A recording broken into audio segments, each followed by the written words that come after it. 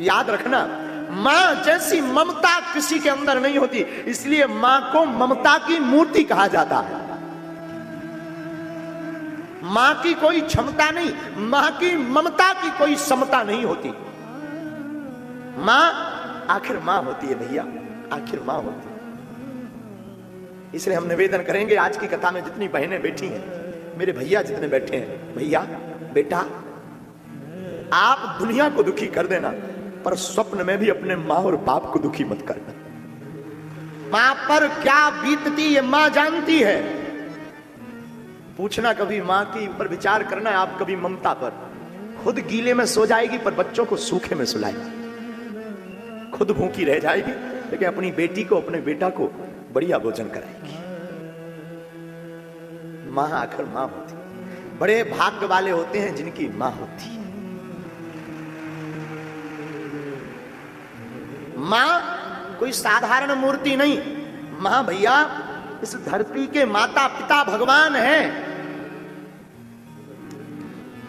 मां का लाड़ किसी को नहीं मिल सकता, जिसको मिलता है ना उससे पूछो मां क्या होती है। इसलिए मेरे पागलों, मेरी व्यासपीठ से प्रार्थना है, तुम सबको दुखी करना, कथा में आना या मत आना, पर कथा में एक बात आज लेकर जाना, अपनी मां और अपने बाप को मत सताना। सबसे बड़ी पूजा यही है, सबसे बड़ी कथा यही है।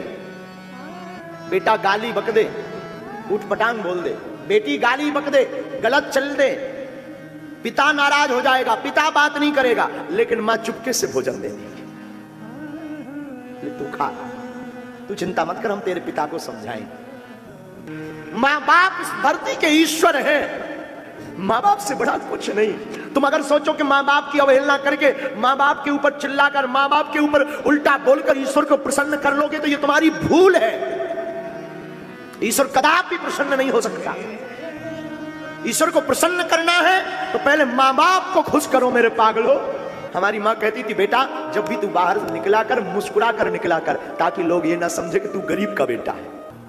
जो शंकराचार्य की परंपरा का है, उस परंपरा के साधु को भी पिता को प्रणाम कर ना करे तो चलेगा, लेकिन ऐसा संतों ने हमें बताया कि मां सामने आ जाए तो शंकराचार्य की परंपरा के साधु को भी त्रिदंड बगल में रख करके मां को साष्टांग दंडवत प्रणाम करना चाहिए। मां की महिमा है कि जो दुनिया से परे हो गया, जिसके अंदर कोई ग्रंथि नहीं, ऐसा साधु भी मां के ऋण से जन्म तक नहीं चूकता। ऋण उसका मां का कर्जा जिंदगी भर नहीं कोई चुका पाता। मां